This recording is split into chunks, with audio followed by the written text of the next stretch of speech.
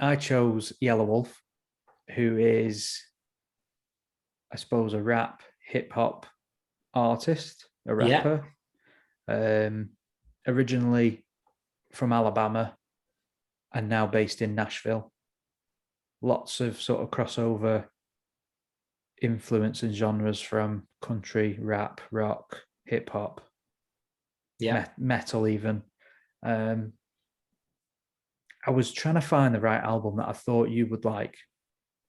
I went with Love Story because a lot of the others were like mixtapes that he'd done, and he was messing around with his sound, trying to figure out, because he quite a few mixtapes where it was just straight up sort of southern rap.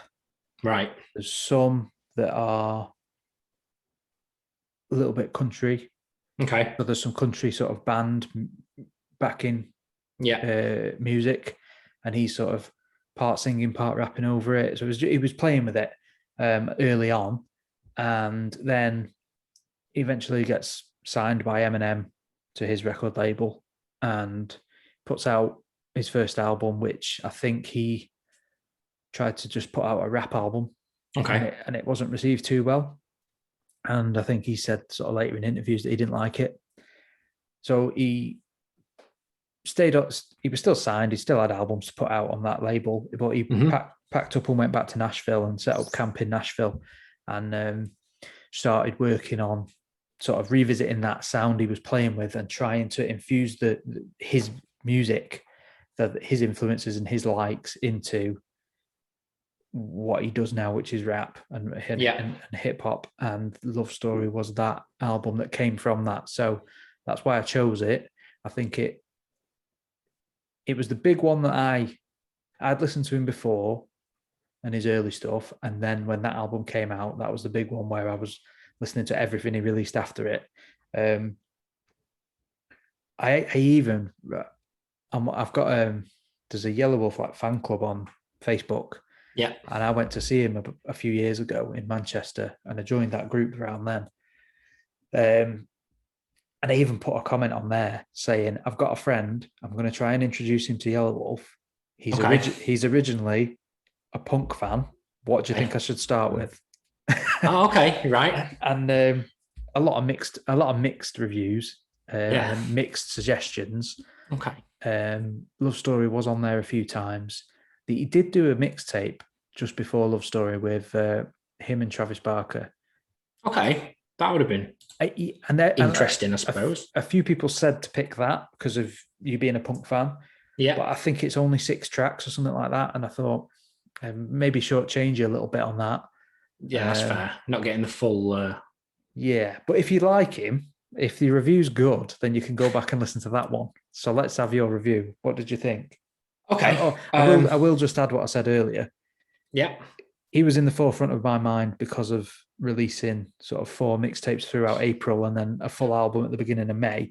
So I've been listening to a lot of him recently. But he is someone I do listen to a lot just because he mixes them genres that I like. So I'm naturally kind of drawn to him. But I did have other things I was thinking of. There was some country rock type stuff I was thinking of maybe putting out to you, but I wasn't sure how well it'd be received. Okay.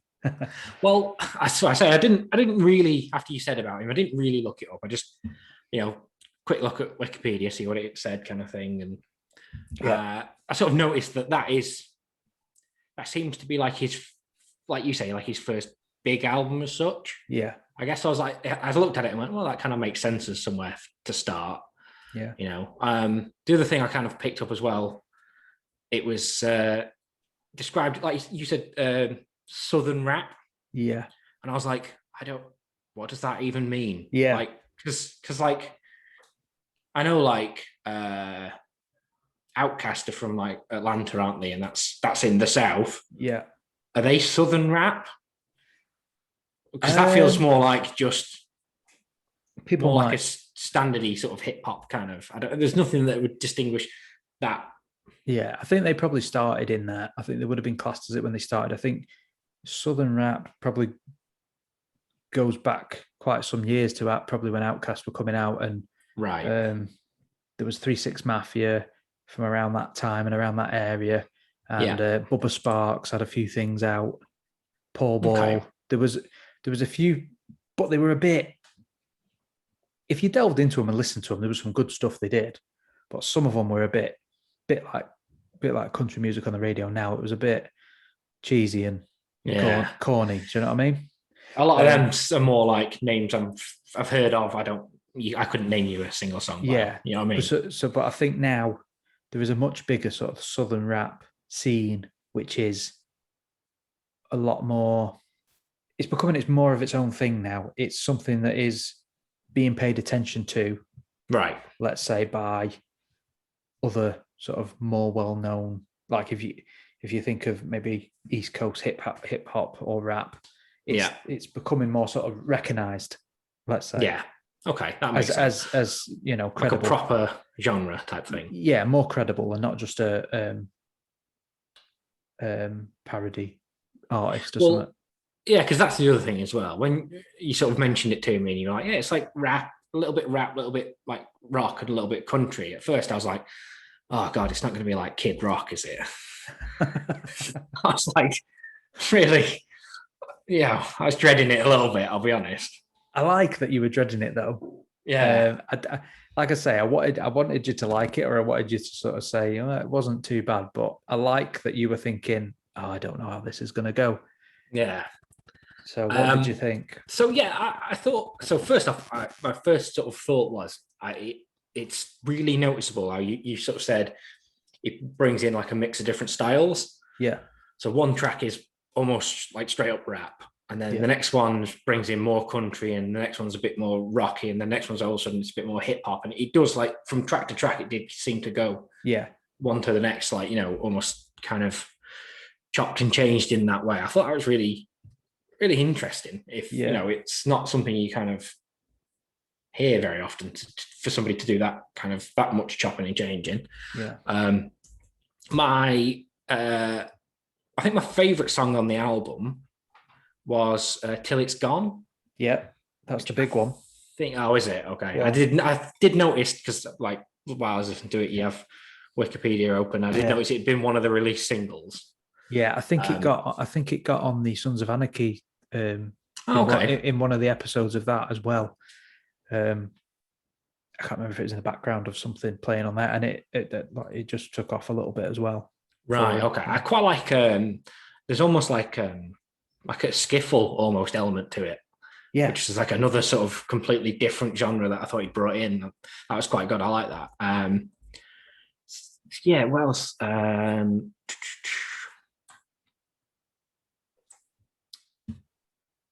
Whiskey in a Bottle was another one I quite liked as well. Yeah, I like that one. Yeah, thought that one was quite good.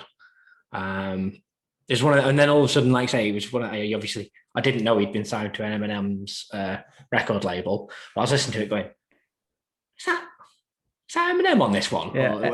About halfway through the album, isn't it, where he just pops up, and I was like, "Yeah, oh, that bloke sounds a lot like Eminem." Hang on a minute, let me have a look. He was the only feature on the album as well, which is quite rare for a rap album. Yeah.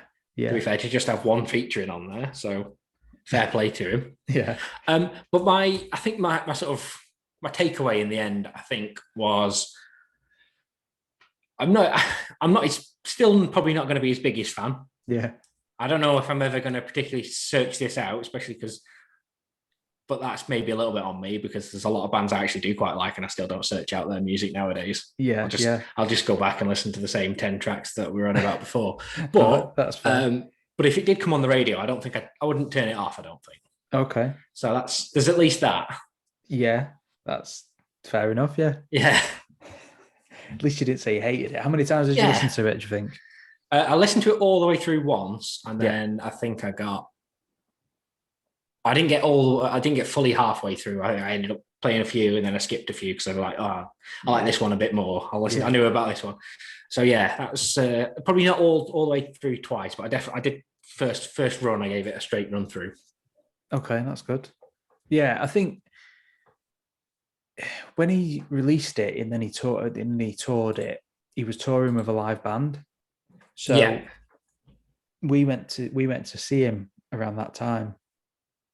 And it was a good gig, because I was saying with Liam on the first one, where if you get like a rap artist that tours with a live band and they have that live element to it and real instruments, pretty phenomenal. It just sounded good, and it was good stuff. But the guitarist who was on that album and toured with him has gone off now and he's his own solo sort of country artist. Okay.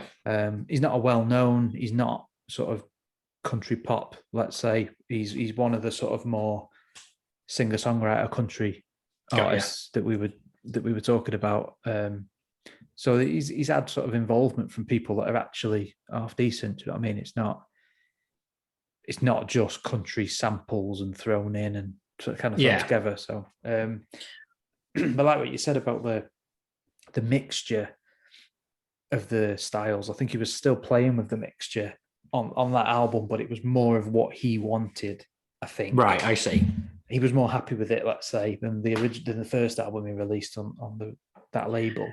And I think he confused a few fans because I think I suppose if you've come from one specific style, I feel like to me it was a little bit of a case of, I mean, I don't know because it's the only album I've ever listened to by him, but it did feel a little bit like he was sort of stretching his legs a little bit, saying, "Oh, I see if I can do this, see if I can do that, see what he could pull off and what he couldn't pull off," kind of thing. Yeah, I don't know how accurate that is, but he's put out albums since that have pretty much just been full on rap albums, with rap beats and rap backing tracks, and again, I'm a fan. And then he's also done other albums very similar to that, where he's mixed the styles up a little bit. And I think so like I say, he did that sort of month of April where he released 4 different mixtapes, and then he's released the full album in May. And I think he's sort of done. I've not read through the full interview, but I saw it pop up on Facebook where he's done an interview and said, "Look, this is going to be my last sort of hip hop rap album for a while. Okay. I'm gonna, like you say, stretch my legs into other things." Right, reinvent himself again. And he's kind of just left it at that. And I haven't read the full interview, so I don't quite know what that means. But I think he was just like kind of getting to the point where he was mixing it all together, and it was really working. And then there was, I'd read a few things and I'd sort of see where people were liking it and getting into it. And now he's kind of saying, "Well, actually, I'm done with it now. I'm going to move on." I mean, it takes a brave person to do that, but if you do it well, it can be really successful. And he left Eminem's label, I think beginning of this year or end of last year, and now he's got his own label and he's doing his own thing in Nashville, based in Nashville. So, and I when we were in Nashville, I got to meet him. Yes, I remember you saying actually that was one of the other things that I knew about him as well, that you'd met him. Yeah. So he's got a shop there because he's got his own branding and clothing line and all sorts of merch and that. So while I was in Nashville, we were going to go in and get a few T-shirts and stuff and just have a look around. And the day before we got to Nashville, I saw it pop up on Instagram. He did a Instagram live, and he was saying, "Oh, we're gonna do a cookout, and I'm gonna be there, and I'm gonna do an album signing." And I was like, "Oh shit, we're going tomorrow." We've got to go, yeah. And my wife was like, "Yeah, all right then." And we did. We went there, and it was a red hot day. It was dead nice. Had a wander around the shop, bought a few T-shirts, bought a couple of albums, and because they made it into an event. Yeah, he just had one of them, the big American coolers that they just fill with ice, like a big or something, massive.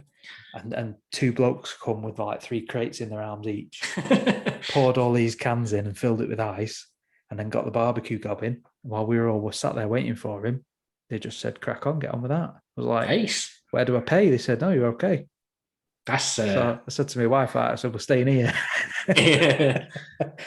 I mean, on like all these American TV shows and that, they talk about the Southern hospitality, and that's pretty much definitely, yeah.